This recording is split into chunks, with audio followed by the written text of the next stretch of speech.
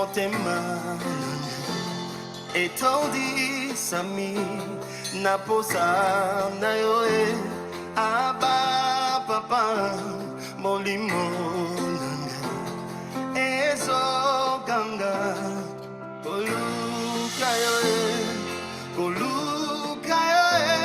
nana kotika teo kotambola na yo osambo temanga. Bien-aimés, nous voulons encore bénir le nom de notre Seigneur Jésus-Christ qui rend ces moments disponibles dans cette émission Parole de vie, la vérité de l'Évangile. Et nous voulons remettre tout entre les mains de Seigneur. Le souci que nous avons dans notre cœur, comme je le dis toujours, c'est que nous puissions comprendre ce que Dieu attend de nous et le servir selon sa volonté. Et sa volonté, c'est comprendre ses pensées et ses voies. Et où sont les voies de Dieu? Où sont les pensées de Dieu? C'est sa parole.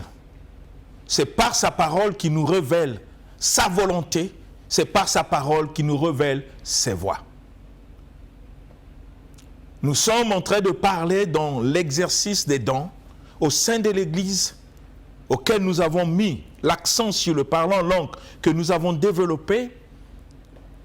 Et nous sommes en train de démontrer que si nous voulons servir le Seigneur au sein de l'Église, conforme à sa volonté, nous devons avoir dans notre cœur l'amour.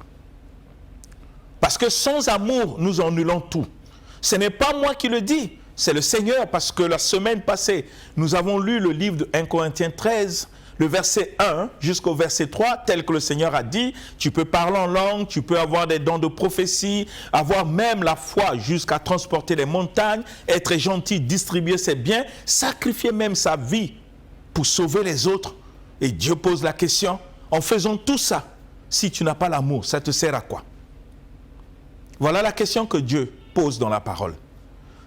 Pour ramener notre conscience, afin que nous ne puissions pas le servir dans le désordre, que chacun puisse prendre conscience de sa propre vie spirituelle pour comprendre est-ce que ma manière de servir est conforme à la volonté du Seigneur. N'oubliez pas qu'il y a eu des gens qui ont exercé le charisme extraordinaire. Le livre de Matthieu nous l'enseigne, que des gens qui sont venus voir le Seigneur à la fin des temps, ils ont dit « Seigneur, nous avons chassé les démons en ton nom. Nous avons guéri les malades. Nous avons fait beaucoup de choses. » Et Jésus dit, je ne vous ai jamais connu. Le Seigneur n'utilise pas le mot plus, ça se trouve dans le livre de Matthieu 7 à partir du verset 21. Mais quand vous lisez le verset 21, qu'est-ce que le Seigneur dit? Il dit, ce n'est pas tous ceux qui m'appellent Seigneur, Seigneur qui rentreront, mais c'est ceux qui font la volonté de Dieu. C'est celui qui fait la volonté de Dieu. Mais qu'est-ce que la volonté de Dieu? Si ce n'est obéir à ce qu'il nous demande dans sa parole. Mais qu'est-ce que Dieu nous demande dans sa parole? Il dit, tu peux avoir des dons comme tu veux. Si tu n'as pas l'amour, cela ne te sert à rien. Pour que les dons deviennent utiles, pour que les dons servent à quelque chose au niveau de l'Église, il faut qu'en amont, j'ai l'amour. Donc je dois chercher l'amour, vivre selon l'amour, tel que Dieu l'a défini, bien-aimé. C'est aussi simple à comprendre. Parce que je ne trouve pas quelqu'un qui s'engage à servir le Seigneur dont le cœur n'est pas disponible et disposé à obéir. Si je ne suis pas disposé, disponible à mettre en pratique ce que le Seigneur attend de moi, ma présence à l'église sert à quoi? Les dons spirituels que je veux manifester pour attirer l'attention des gens, ça sert à quoi? C'est des questions que nous devons nous poser. Oui, tu veux être chante, oui, tu chantes qui? Si dans ton cœur tu n'as pas l'amour, tu chantes qui? Dieu n'a pas besoin de belles voix. Il a besoin des cœurs transformés, dont la plénitude de l'amour existe. Vous savez, on ne connaît pas une personne qui a le Saint-Esprit parce qu'il fait des miracles, parce qu'il parle en langue. Non, parce que faire des miracles, parler en langue, le diable le fait. Et Jésus lui-même l'a témoigné, je vous l'ai dit ici au cours de cette émission des semaines passées, que Jésus dit que le faux prophète est capable de faire des grands prodiges et des grands miracles dans le but de séduire. Donc tu ne seras pas la première personne à faire des miracles. Ceux qui sont venus voir Jésus pour dire « Seigneur, nous avons fait de miracles en ton nom », ils l'ont fait. Sinon, ils ne pouvaient pas confesser cela. Mais Jésus, qu'est-ce que le Seigneur leur a dit? Je ne vous ai jamais connu. Par parce que malgré qu'ils faisaient des miracles, mais ils n'étaient pas dans la volonté de Dieu. Leurs miracles ne servaient à rien parce que dans leur cœur, il n'y avait pas l'amour. Parce que quand Dieu cite l'ensemble des dons spirituels, il le prend en le résumant pour dire tu peux parler en langue, tu peux parler la langue des anges, comme la Bible dit dans les dons spirituels, tu peux avoir le don des langues au pluriel. Mais si tu n'as pas l'amour, ça ne te sert à rien. Tu peux avoir le don de prophétie. Quand on parle de don de prophétie, dans la Bible, vous pouvez lire, il y en a au moins 3. Vous avez le don de sagesse, vous avez le don de connaissance, vous avez même la prophétie. Ça constitue ce qu'on appelle les dons de prophétie. Il dit tu peux avoir la foi. La foi fait partie des dons de miracles. Dans les miracles, vous avez le don de miracle, vous avez la foi, vous avez la guérison. Ça constitue comme les neuf dons que la Bible cite dans le livre de Corinthiens. Le Seigneur résume tout ça pour dire, tu peux avoir les dons de parler en langue, parler la langue des anges et des hommes. Si tu n'as pas l'amour, ça ne te sert à rien. Et Dieu va plus loin, il dit, je ne m'arrête pas là. Tu peux avoir aussi le don de prophétie, que tu aies la connaissance, que tu aies la sagesse, tous ces dons spirituels. Et avoir même le don de guérison, le don de miracle, la foi jusqu'à transporter les montagnes. Dieu dit, si tu n'as pas l'amour, tout cela te sert à rien. Il va plus loin. On peut faire les aumônes, distribuer les dons aux veuves, aux orphelins, faire tout ça, c'est des bonnes choses, bien-aimés. Je ne dis pas que c'est mauvais, mais pour le Seigneur, c'est l'amour. Ça dit, si on fait toutes ces choses dans l'esprit de l'amour tel que Dieu le veut, cela glorifie le Seigneur. Parce qu'on est dans sa volonté. Je comprends que vous êtes en train de me comprendre, bien-aimés. Revenons au commencement, revenons à la parole. Faisons tel que le Seigneur a fait, tel que le Seigneur nous recommande. Ne renversons pas les pyramides.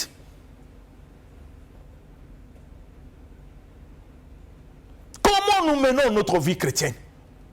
Je suis chantre, oui. Est-ce que je suis fier d'être chantre? Parce que j'ai une belle voix? Pour que les gens m'écoutent? Qui suis-je exactement? Moi qui chante. Si le Seigneur lui-même il dit, il écoute la louange de ceux qui l'aiment. Il siège au milieu la louange de ceux qui l'aiment, de ceux qui craignent son nom. Est-ce que tu fais partie de ces personnes, toi qui se réclames chante? C'est un problème de conscience du cœur. Non, ce n'est pas un problème d'apparaître devant les gens. C'est un problème de l'être devant Dieu. Comme je le dis souvent, oui, tu peux tout faire pour le Seigneur. Mais la question, est-ce que Dieu croit en toi quand il voit ton cœur? Est-ce qu'il croit en toi? Est-ce que Dieu est fier de toi? Même si les hommes t'acclament, même si tu prêches bien, est-ce que Dieu est fier de toi quand il sent ton cœur? Des choses que tu peux faire en cachette, il n'y a que Dieu et toi qui voyez, et toi tu es conscient. Tout ce que nous faisons en cachette, est-ce qu'on est fier de ça? Même si devant les hommes, on apparaît, est-ce que vraiment c'est ça la vie chrétienne auquel Dieu attend de nous? Et tant qu'il veut que nous puissions avoir l'amour. Et il y a une raison à cela, nous allons le développer, et vous allez comprendre pourquoi le Seigneur insiste. Quand nous lisons même le livre de 1 Corinthiens 14, 1, Dieu dit, recherchez premièrement l'amour avant les dons spirituels. Ce que nous n'arrivons pas à décider. Mais si on n'arrive pas à décider avec notre cœur, nous suivons qui, bien-aimés? Si celui que nous réclamons être notre Seigneur nous montre la voie par excellence, lui qui est le chemin, la vie et la vérité. Il dit, mon fils, tu t'es engagé pour me suivre. Ma fille, tu t'es engagé. Voilà, je veux que tu commences par ici. Commence par l'amour. Avant de chercher des dons qui impressionnent, commence par l'amour. Parce que quand tu vas exercer les dons, dans cet esprit d'amour, dans cette attitude d'amour, dans cette vie d'amour, mon nom sera glorifié. Est-ce que c'est ce que nous faisons? Est-ce que c'est ce que nous sommes? Ou nous menons une vie chrétienne dans l'hypocrisie? On n'a pas le souci d'avoir l'amour tel que Dieu le veut, ça ne nous intéresse pas. Nous cherchons des choses qui vont attirer l'approbation, des choses qui vont attirer l'approbation des hommes pour qu'on sache que nous existons. On veut apparaître devant les hommes. Non, bien-aimé, l'unique conseil que nous nous donnons nous-mêmes, cherchant à apparaître devant Dieu pour que Dieu puisse nous présenter au monde. Ne mesurons pas notre vie chrétienne en fonction des autres, mais mesurons notre vie chrétienne en fonction de la parole, pour que nous puissions nous examiner nous-mêmes, pour voir si nous sommes dans la foi, si nous sommes en conformité avec sa volonté, si la manière d'être, l'état de notre cœur reflète exactement ce que Dieu attend de nous, et que dans notre cœur, nous avons l'amour. Parce que quand l'amour est dans notre cœur, il se manifeste extérieurement par notre conduite, par notre manière d'être, par notre manière de faire. La semaine passée, nous avons lu le livre de Matthieu, chapitre 22, à partir du verset 36 jusqu'au 40, et nous étions en train de développer pour que nous comprenions ce que Dieu nous demande, ce que Dieu exige à ceux qui se sont engagés pour le servir. Dieu dit que le plus grand commandement, c'est de l'aimer de tout notre cœur, de toute notre âme et de toutes nos pensées. Et le Seigneur revient pour dire, c'est le premier et le plus grand commandement. Nous avons posé la question, est-ce que nous qui croyons au Seigneur, y compris moi qui vous prêche, est-ce que nous avons déjà rempli ce premier commandement? Est-ce que c'est notre préoccupation? Est-ce que nous pensons à cela? Quand nous examinons notre cœur, est-ce que nous sommes dans cette volonté du Seigneur auquel notre cœur est rempli d'amour? Est-ce que c'est notre préoccupation? Et le Seigneur nous dit que le deuxième, qui est semblable au premier, c'est d'aimer son prochain comme soi-même. Est-ce que nous comprenons ce que le Seigneur nous demande? Il dit, aime ton prochain comme toi-même. Et Dieu dit de ces deux commandements, bien-aimés, écoutez bien-aimés, dépendent la loi et les prophètes. Dépendent la loi et les prophètes. Est-ce que nous aimons? Est-ce que nous aimons? C'est ce que le Seigneur dit. Alors, si nous n'avons pas accompli le premier commandement, et le deuxième commandement d'aimer son prochain, je dis toujours, Dieu ne s'arrête pas pour te demander, il faut aimer ton prochain. Non. Parce que si Dieu nous disait, il faut aimer le prochain, il s'arrête là, chacun devait aimer comme il pense, comme il imagine. Mais Dieu ne veut pas que nos pensées puissent rentrer dans des choses spirituelles. Il exclut nos pensées, il exclut notre chair. Il définit la manière dont nous devons aimer nos semblables. Il dit, tu dois aimer ton prochain comme toi-même. Cela sous-entend que tu dois d'abord t'examiner pour comprendre quel est l'amour que tu as de soi-même. Et c'est de cet même amour que tu dois donner au prochain. Si tu ne veux pas qu'on parle mal de toi, fais cela aussi pour les autres. Ne parle pas mal des gens. Si tu ne veux pas qu'on puisse te critiquer, ne critique pas. Ce que tu ne veux pas qu'on puisse te faire, parce que tu as l'amour de soi-même, c'est la même chose que tu ne dois pas aussi faire aux autres. Donc vous comprenez que la pensée de Dieu sur l'amour n'est pas une confession. Vous comprenez que la pensée de Dieu sur l'amour n'est pas une connaissance, c'est une vie qui nous aide à être dans la volonté du Seigneur. Je vous ai dit que le Saint-Esprit, quand il vient en nous, il déverse dans notre cœur l'amour.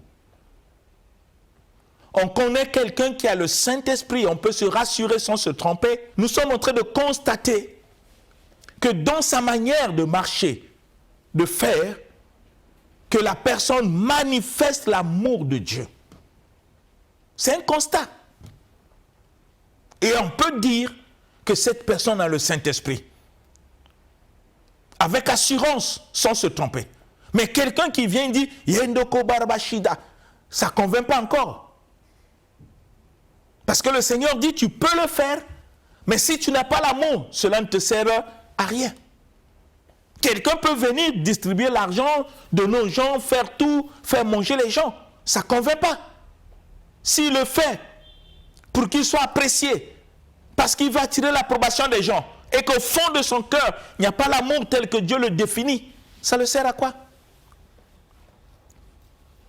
Quelqu'un peut nous parler des miracles. Vous allez voir une démonstration de puissance de Dieu, ainsi de suite. C'est bien, ça peut impressionner. Mais ça n'impressionne pas Dieu. Parce que si celui qui fait ça n'a pas l'amour, Dieu demande, ça te sert à quoi de faire tout ça? Donc vous comprenez avec moi l'importance de l'amour. Si nous voulons accomplir toute la loi et les prophètes, on n'a pas besoin d'aller gêner, de prendre un engagement. Être déterminé au fond de son cœur. Parce que Dieu ne peut pas nous demander quelque chose auquel nous ne pouvons pas. S'il nous demande, parce que nous pouvons, parce que c'est lui qui nous a créés. Il sait de quoi nous sommes constitués. Il sait de quoi nous sommes composés. C'est un problème de décision. De la même manière que nous décidons pour commettre le péché. C'est la même manière que nous pouvons aussi décider de vivre tel que Dieu le veut. La décision, le choix ne vient pas de Dieu. Ça vient de toi, mon frère, ma soeur qui m'écoute. Ça vient de moi qui prêche. Ça ne vient pas de quelqu'un. Dire que je ne peux pas, c'est un refus. C'est un refus de ne pas obéir à Dieu. Parce que la capacité d'agir, de faire, c'est toi. Le choix, c'est toi. La décision vient de toi, ça ne viendra pas de Dieu. C'est comme le Seigneur dit, répentez-vous. Il ne te pousse pas, il ne te force pas. Il veut que tu décides si tu veux le suivre. Si tu refuses de te repentir, Dieu ne viendra pas t'attacher. Si tu refuses d'aimer, Dieu ne viendra pas t'attacher.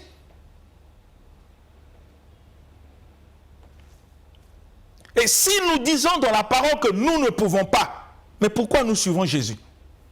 Pourquoi on le suit? Quelles sont les motivations qui nous poussent à suivre Jésus si on dit on ne peut pas faire ce qu'il nous demande? Pourquoi on le suit? Pourquoi on ne restait pas à la maison? Parce que je pense, quand quelqu'un prend l'engagement de suivre le Seigneur, c'est qu'il est déterminé dans son cœur à être ce que ce Seigneur lui demande. Sinon, ça sert à quoi de prendre un engagement d'être chrétien et refuser de faire ce qui fera de toi chrétien? Le Seigneur Jésus disait, il y a une différence entre ceux qui le servent et ceux qui ne le servent pas. Réfléchissons, bien-aimés, pour que nous ne puissions pas avoir souvent des artifices. Le nombre des gens qui augmentent dans nos églises, c'est une bonne chose, ils peuvent être 10 000, 3 000, mais ce n'est pas ça le sujet. Le sujet, comment vivent ces personnes? Quelle est la qualité de leur vie par rapport à la parole du Seigneur? Ce n'est pas la masse qui attire le Seigneur. Vous savez que Jésus lui-même, étant parole faite chair, manifestée sur la terre, a laissé une église qu'avec 120 personnes. Et pourtant, il y avait des foules qui le suivaient. Jésus ne s'intéresse pas au bruit du foule. Il disait, ce foule me suivent parce qu'ils ont vu des miracles, parce qu'ils ont mangé du pain, parce qu'ils veulent des guérisons. Il dit, si vous ne mangez ma chair et vous ne buvez mon sang, vous ne verrez pas le royaume. Il les pousse à obéir à la parole. Mais pour le faire, il faut aimer. Si tu ne sais pas aimer Dieu de tout ton cœur, tu ne peux pas obéir à Dieu. Parce que l'amour, c'est l'obéissance. L'amour, c'est la soumission. Quand j'aime Dieu, je ne résiste pas. Abraham a aimé Dieu. Il a répondu à des exigences du Seigneur, même quand Dieu lui a demandé un sacrifice suprême, en sacrifiant son fils unique. Il n'a pas hésité. Mais qu'est-ce qui a animé Abraham à agir? C'est l'amour qu'il avait pour le Seigneur. C'est la preuve, il ne faisait pas semblant avec Dieu. Parce qu'il était prêt à sacrifier l'insacrifiable sur le plan humain. Mais toi et moi, est-ce que nous avons cet amour auquel Dieu attend de nous? L'amour. Nous allons lire le livre de 1 Jean chapitre 3. 1 Jean chapitre 3. Nous lisons le verset 23. Que dit la parole? 1 Jean chapitre 3 au verset 23, dans la version Louis II, nous lisons notre Seigneur. Amen. Et c'est ici son commandement, que nous croyons au nom de son Fils Jésus-Christ et que nous nous aimions les uns les autres, selon le commandement qu'il nous a donné. Amen. Amen. Voyez, Dieu nous interpelle toujours sur l'amour. Qu'est-ce que le Seigneur nous dit dans son commandement? Il dit, c'est ici son commandement. Nous devons croire en Jésus-Christ, notre Seigneur et Jésus, notre Seigneur et Sauveur, et nous devons nous aimer les uns les autres, selon le commandement qu'il nous a donné. Comment pouvez-vous expliquer que dans une église, une personne démontre qu'il a des dons spirituels et il exerce au sein d'une église, mais dans son cœur, il a des inimitiés entre des frères et des sœurs, des inimitiés même au sein de sa propre famille biologique? Comment pouvez-vous expliquer cela? Comment, bien-aimé? Comment on peut expliquer cela? Puisque le commandement que Dieu nous donne, c'est de croire en Christ et de nous aimer les uns les autres. Parce que quand je crois en Christ, c'est l'expression même de l'amour que j'ai pour le Seigneur. On ne peut pas croire à quelqu'un qu'on n'aime pas. C'est Dieu qui nous recommande ces choses dans sa parole.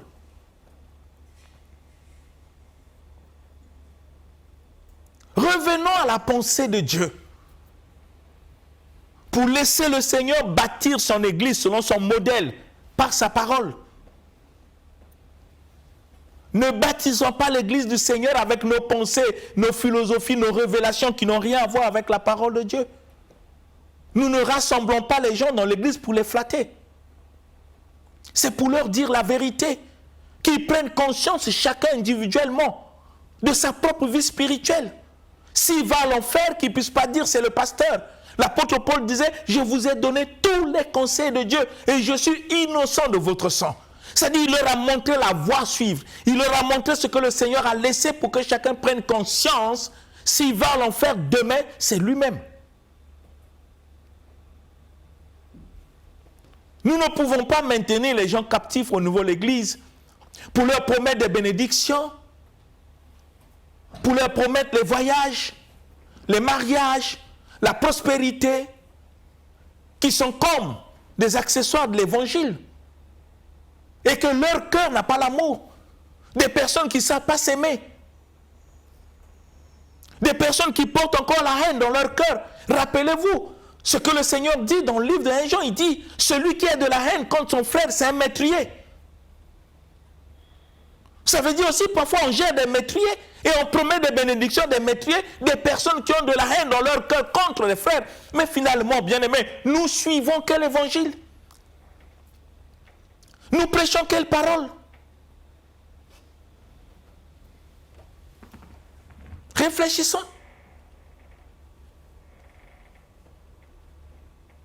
L'amour est le centre de la vie chrétienne. Sans amour, il n'y a pas de vie chrétienne. Parce que tout commence par l'amour. Le salut commence par l'amour. Dieu a tant aimé. Voilà le commencement. Il a tant aimé le monde.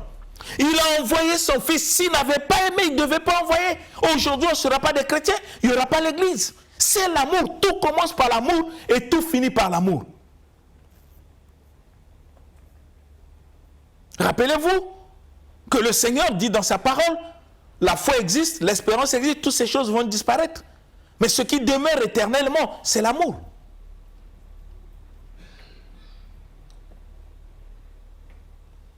Réfléchissons, bien-aimés. Ne faisons pas les choses de Dieu d'une manière charnelle. Ne servons pas Dieu avec la chair. Servons Dieu par l'esprit. Quand on dit servir Dieu par l'Esprit, n'imaginez pas autre chose, n'imaginez pas une force qui va venir en vous. Non, l'Esprit de Dieu est là pour nous conduire dans toute la vérité, pour nous montrer exactement ce que nous devons faire. L'Esprit de Dieu ne fera pas le contraire de ce que Dieu attend de nous. Quand on dit marcher par l'Esprit, c'est marcher par l'obéissance à la parole. Parce que Jésus dit, pourquoi m'appelez-vous Seigneur, Seigneur, et ne faites-vous pas ce que moi je dis?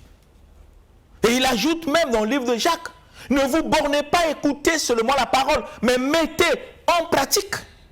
Quand on met en pratique, qu'est-ce qu'on fait? On obéit. C'est l'application de ce que Dieu nous demande, de ce que Dieu nous enseigne à travers ses serviteurs. Si je ne suis pas prêt à appliquer la parole dans ma vie, bien-aimé,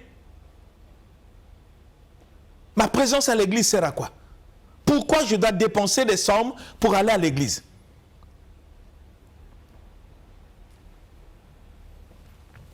Dans le livre de Romains que nous allons lire, vous allez comprendre ce que Dieu dit. Nous allons lire le livre de Romains, bien-aimé. Vous allez comprendre la volonté du Seigneur.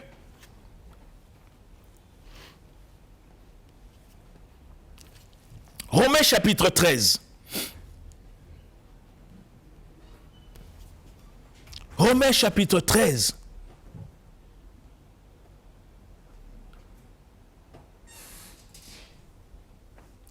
Nous lisons le verset 10 au verset 11.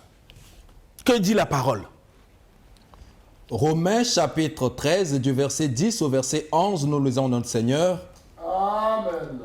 L'amour ne fait point de mal au prochain. L'amour est donc l'accomplissement de la loi. Cela importe d'autant plus que vous savez en quel temps nous sommes. C'est l'heure de vous réveiller enfin du sommeil, car maintenant, le salut est plus près de nous que lorsque nous avons cru. Amen. Amen. Que dit Romain? L'amour ne fait pas du mal à son prochain.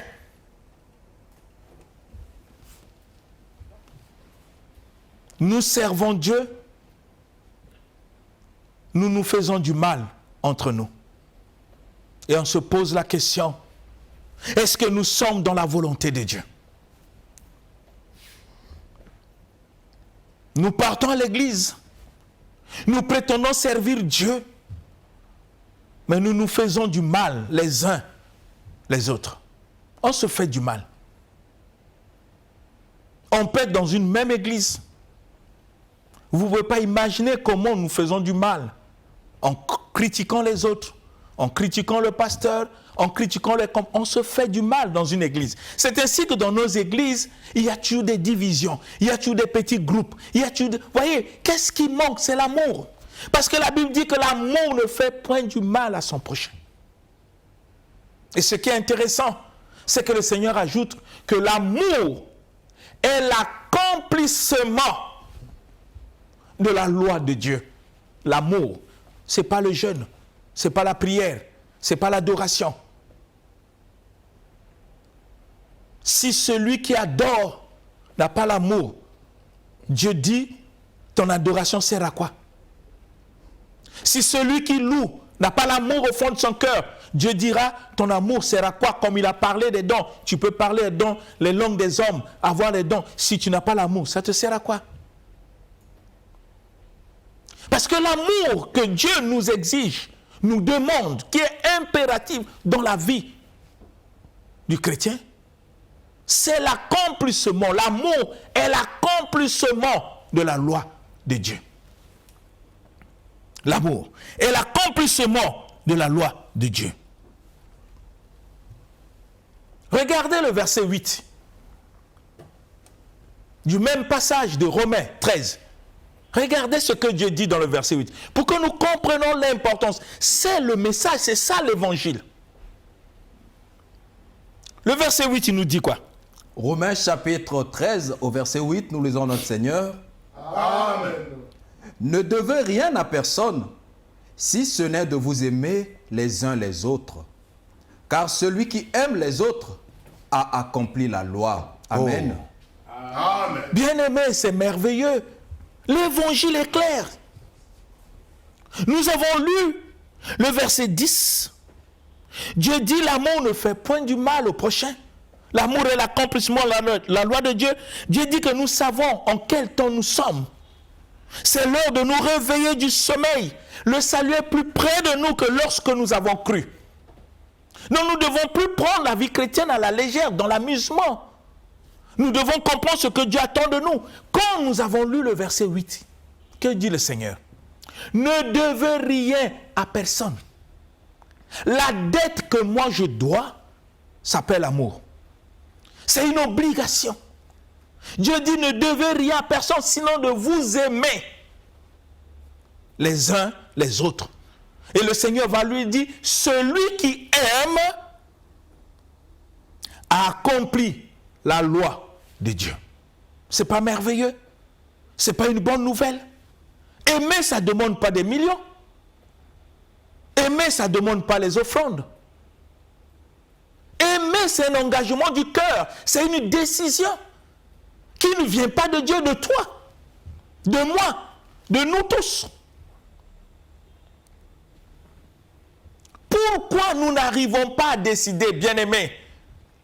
Pourquoi? Tant que nous ne décidons pas de laisser l'amour être le centre de notre vie, nous devons toujours poser la question, quel genre de vie chrétienne nous avons? Est-ce que la vie chrétienne que nous menons est conforme à la volonté de Dieu? Quand Dieu dit que vos pensées ne sont pas mes pensées, mes voix ne sont pas vos voix. Ici, le Seigneur est en train de nous montrer sa voix.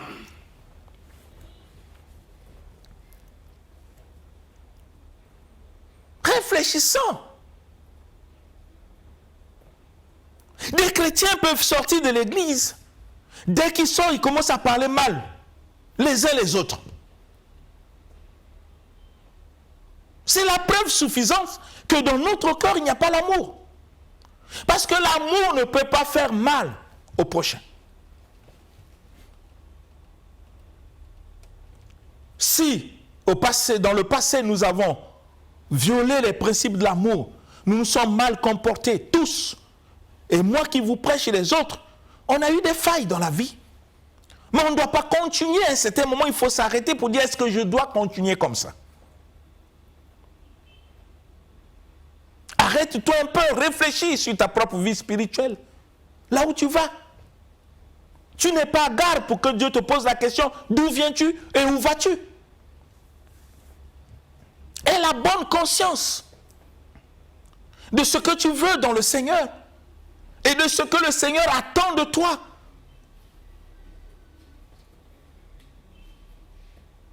Pour que tu sois exactement ce qu'il attend de toi par sa parole. Je ne peux pas dire aux gens que je suis chrétien quand je sais que dans mon cœur, les principes qui régissent la vie chrétienne ne sont pas dans le fond de mon cœur. Qu'est-ce qui fait ma vie? C'est la parole. Mais pour que cette parole puisse faire ma vie, il faut que je puisse l'appliquer dans mon comportement, dans ma conduite. Dieu dit ne devez rien à personne, sinon de vous aimer les uns les autres. Et le Seigneur précise que celui qui aime a accompli la loi de Dieu. On n'accomplit pas la loi de Dieu parce que tu as fait 7 jours de jeûne ou une semaine, 21 jours. Ça veut parfois on est fier. J'ai jeûné pendant 21 jours. J'ai jeûné pendant 40 jours. Ce n'est pas une fierté, oui. Tu as jeûné pendant 21 jours, 40 jours avec quel état de cœur? S'il y a des gens que tu n'arrives pas à parler, même au travail, un chrétien quand il arrive dans un milieu, il faut qu'on sente la différence dans sa manière d'être. Parce qu'au fond de son cœur, il a l'amour. Mais un chrétien qui arrive dans un milieu du travail, quel que soit le travail que le Seigneur t'a donné, même au niveau de la fonction publique ou une boîte privée, et que dans ton cœur, c'est toi qui es une personne qui cause des problèmes. C'est toi qui ne sais pas aimer, mais tu vas à l'église. On n'est pas seulement chrétien parce que nous fréquentons l'église. L'église, c'est un lieu pour recevoir ce que Dieu nous dit, des orientations de Dieu, le mode de vie que Dieu nous communique par sa parole. pour que quand nous arrivons chez nous à la maison, dans le quartier, dans le travail, que nous puissions la manifester pour que les gens sachent que nous sommes des chrétiens.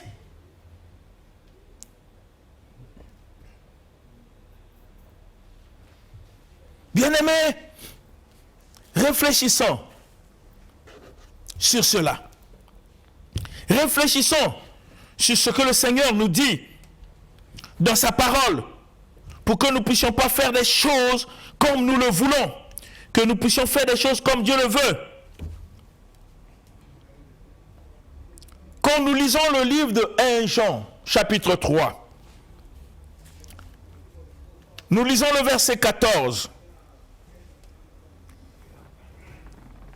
1 Jean chapitre 3 au verset 14, nous lisons notre Seigneur. Amen. Nous savons que nous sommes passés de la mort à la vie parce que nous aimons les frères. Celui qui n'aime pas demeure dans la mort. Amen. Amen. Ce n'est pas moi qui l'enseigne, c'est Dieu. Dieu dit que nous savons. Nous sommes passés de la mort à la vie. Comment je peux le savoir? Je peux pas dire non, je le sais par la foi. Non, la foi, c'est l'obéissance à la parole. Nous savons que nous sommes passés de la mort à la vie. Comment? Mais parce que nous aimons nos frères. Quand je sens que dans mon cœur, j'ai l'amour, je peux aimer la personne telle qu'il est. Un amour inconditionnel, je ne lui pose pas la condition avec tous ses défauts. Je l'aime tel que Dieu m'a aimé avec mes défauts. Je dois dire aux gens d'une manière claire, en rassurant mon cœur, que je suis passé de la mort à la vie. Ce n'est pas un rêve, c'est une vie. Et le Seigneur ajoute que celui qui n'aime pas son frère demeure dans la mort. Et nous nous posons la question, est-ce que nos églises sont composées des personnes qui sont passées de la mort à la vie ou des personnes qui demeurent dans la mort? J'aimerais qu'on puisse réfléchir sur ça. Nous allons revenir sur ce sujet le mardi prochain, pour que nous puissions voir avec toute la parole ce que Dieu appelle la vie chrétienne. La vie chrétienne n'est pas seulement une démonstration de puissance, de miracle. C'est d'abord une vie. Et cette démonstration de puissance et de miracle se fait par des personnes qui ont en eux la vie chrétienne. Et je veux que nous puissions réfléchir, bien-aimés. Le sujet du salut, c'est une question de vie. Que mon Dieu ouvre tes yeux pour que tu te réveilles du sommeil pour réaliser et t'examiner toi-même pour voir si tu es dans la volonté de Dieu, dans ta manière d'être. Que ça puisse être ainsi, pour que chaque chrétien que nous sommes, nous puissions prendre conscience de ce que Dieu attend de nous. C'est au nom de Jésus-Christ que j'ai ainsi demandé. Amen.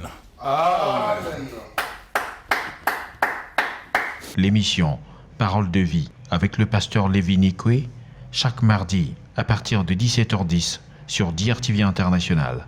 Papa, motema etandi sami naposa na yo